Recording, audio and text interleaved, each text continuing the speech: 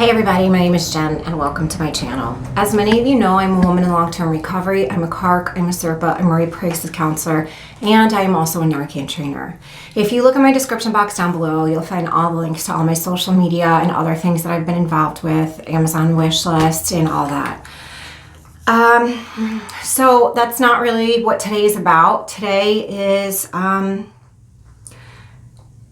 is unfortunately a day with a video that I never in my wildest dreams ever thought that I would possibly be recording for you guys, or anything that I ever thought would happen in my life. So today I'm going to share with you a story about a friend of mine, and his name is Michael. He was a 31-year-old man who lived local to me, and I've known for 10 plus years, closer to 15, maybe even longer. I don't really even know. And today I'm going to share with you the story of his life and his death, unfortunately. So first I want to start off with his life, because I feel like that is the part that we need to remember and needs to be celebrated.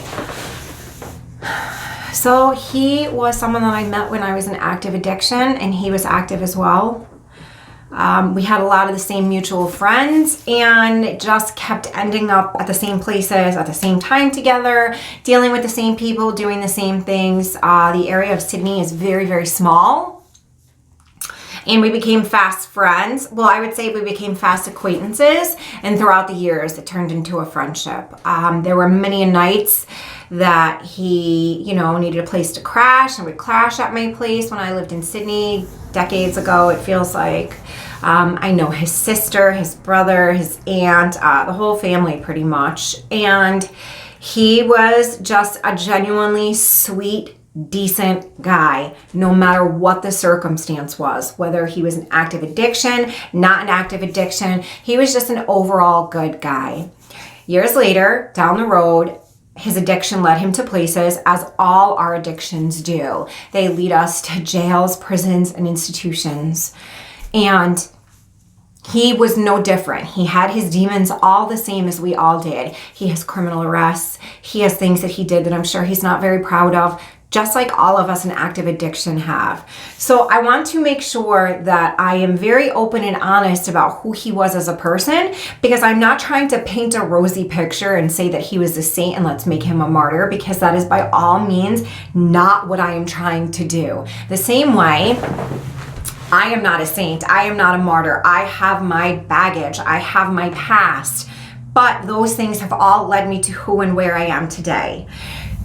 I don't want anyone to come back at me and say, well, he had a criminal past. So do I. So do half the people you watch on the internet. We all make mistakes. We all are human.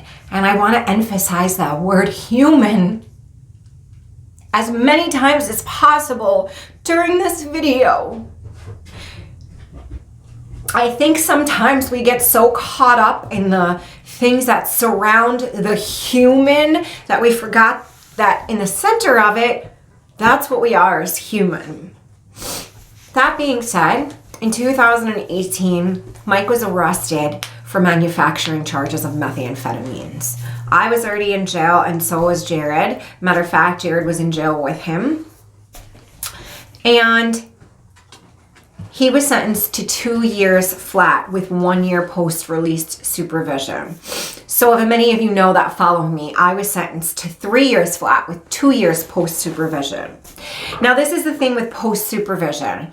Post-supervision, if you get violated or run into any trouble and have to go back to prison for a violation charge, your parole officer has the discretion basically to hold your life in their hands, even more so.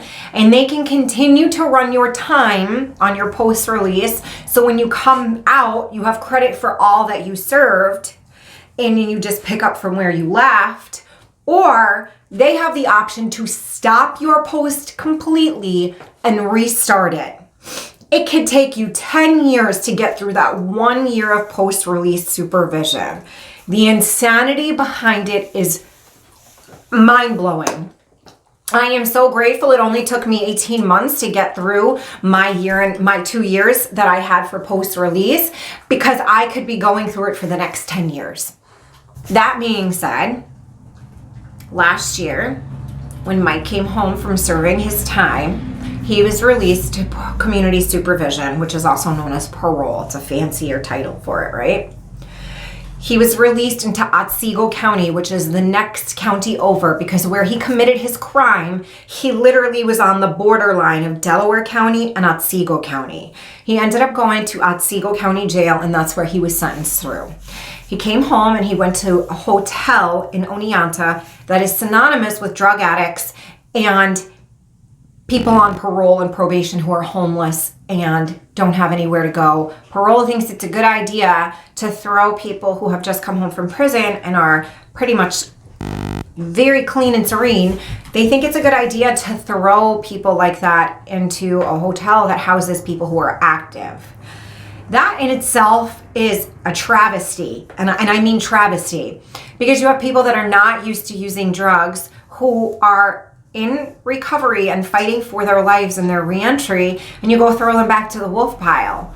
He reported to his parole officer, and he said, people on both sides of me, the entire area, they're smoking meth. Like, they're blowing it down, they're smoking meth. I'm scared for my sobriety and my life. If I stay here, I don't know how strong I am. He was honest. He told on himself. He did what he was supposed to do. He worked his program to the best of his ability. He said, if I stay here, I'm gonna relapse. Like, I just know it. I'm not that strong yet. Like, I just can't be in this situation. Please help me help myself and save my life. This is what he said to his parole officer. And you know what his parole officer said to him? His parole officer said, oh, who? Give me names. Basically, his parole officer was bartering his sobriety and his life with him for the names of people around him. And he was like, what? No, that's not how we get down. Okay, so you want him to stay in a place where both people on all sides of him get arrested and get violated on parole and probation, and he's just there? That don't look obvious. That's not putting his life at stake either. I mean, come on. So he said, fuck this, like, I'm out, I'm not doing this. So he said, I want to go stay in my girlfriend's house. His girlfriend lived over here. He said, I want to go stay in my girlfriend's house. Like, what's up? Why can't I do that? Like, this is a bad spot for me. Like, you're risking my life. And dude was like, nope, no game. You don't want to give up names? No game. Like, I'm not helping you out. So he left. And then he was afraid to report. I mean, come on, I would be too. Like, I've been in situations like that. It's very scary. But either way, I'm not justifying any of his actions. I'm just saying I understand them. He ends up getting caught like we always do, gets a slew of new charges because that's always how it goes down. And he gets sentenced to go back to prison. He was due to be released August 16th of this year. So he just got to the prison where he was going to be housed, because when you first get there, you go into intake where you go to a max facility where you're classified, and then they make the decision of where you're going to be housed. He ended up going to Washington Correctional Facility.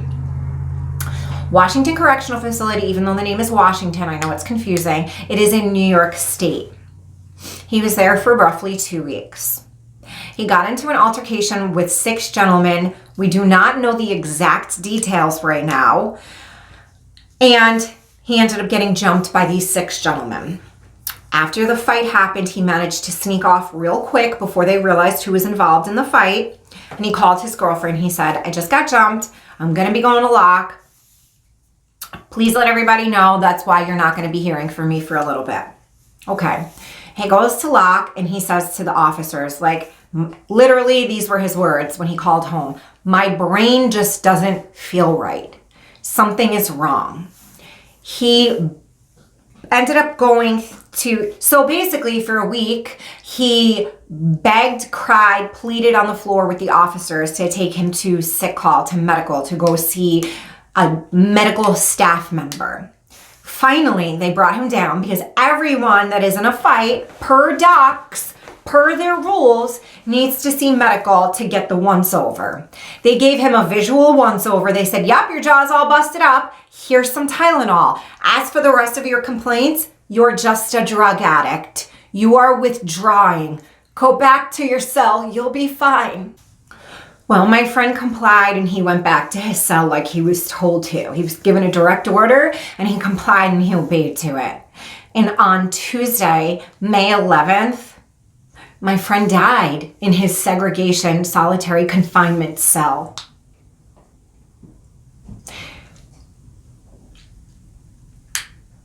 He was 31 years old. He had his whole life ahead of him. You know, when people want to judge and say, oh, well, he was an inmate, he was the this, he was the that. He was a human being, a human being. He is someone's uncle, someone's son, someone's grandson, someone's brother, someone's nephew, someone's friend. And he's no longer with us because Department of Corrections in New York State failed to do the job they were given. It doesn't make a difference whether he was high or not high, whether he was a criminal, whether he was innocent, whether he was guilty. He was a human being. He got treated less than a dog. When our animals are sick, we take them to the vet and we thoroughly get them checked out because that is the decent thing to do. This man wasn't even given that. This man was treated like a dog. How would you feel if that was your family member? Because I know I'd lose my mind. Department of Corrections has a motto. It's called care and custody. So while you are in their custody, they are responsible for your care. That means they are to keep you in a safe environment and keep you free from having anyone physically or assault you in any way, shape, or form. Physically, sexually, mentally, emotionally. There's an entire act called PREA for parts of that. They are supposed to make it so it is a safe environment to live in as far as no drugs, no alcohol, no weapons. It is part of their job. You know, and they failed their job repeatedly. Supposed to supply you with proper medical, proper food, proper clothing, proper shelter. They failed. They failed at all of these. They fail at all of these on a daily basis when they allow their officers to get away with things that they know that is not allowed. They allow their officers to bring drugs in. They allow their officers to sneak things into inmates, whether it's for good purposes or bad. It is not what is supposed to happen. They are failing at their job. They are failing at protecting the human beings' lives they are responsible for. We need to make this happen for this gentleman, that his life did not go in vain. We need to make sure that we advocate for prison reform. This is why. Because our loved ones die for no reason. He had an altercation with guys. It happens, right? Okay, it can happen in the street. It can happen in jail. But when you are denied the medical care you are begging for and you die, that is neglect. That needs to be held responsible. I don't care about his charges. I don't care about his past. I don't care whether he was an active addiction, active sobriety. All of that is irrelevant. The fact here is that docs failed. They failed to protect an inmate they had in their custody. That's the bottom line. That is where we need to take charge and stand strong and make things change. The sergeant who was on call that day failed. The corrections officers on duty that day failed. The medical staff that was on duty that day failed. They failed so badly a man lost his life. How would you feel if it was your loved one? Because I know if that was my husband, or my son, or my brother, there is nothing that I would not do to make his death at least make a change. I don't know what else to say to you guys, but please share these videos out that Jess and I are about to do. Share their GoFundMe, share the petition we are making. Please, we need to take a stance today. We need prison reform. Please let people's children and parents and siblings and loved ones stop dying for no reason. I beg of you, please. Please do not let Michael's death go for no reason. He did not have to die. If they would have just given him the proper medical care that he needed, he would still be here today, and I would not be making this video begging you for your help.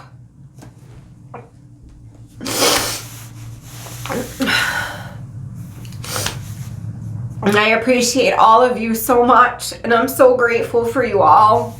And I'm so sorry I have to come on here and make a video like this and beg you guys for more support. But this is why prison reform is so sorely needed. We need to stop killing people that had a chance. You know, we can't recover 6 feet under, guys. Come on. This man could have had a bright future ahead of him. It could have been me. What if someone didn't take care of me when I was in there? I wouldn't be able to do everything that I'm doing. How do we know this wasn't the changing point in his life? We never will, because his life was snuffed out from him. So, please share this video.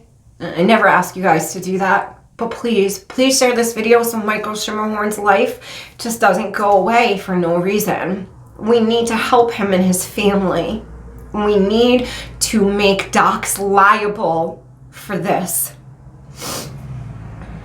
I'll see you guys all in a few days, and remember, we recover loudly so those behind us do not suffer in silence.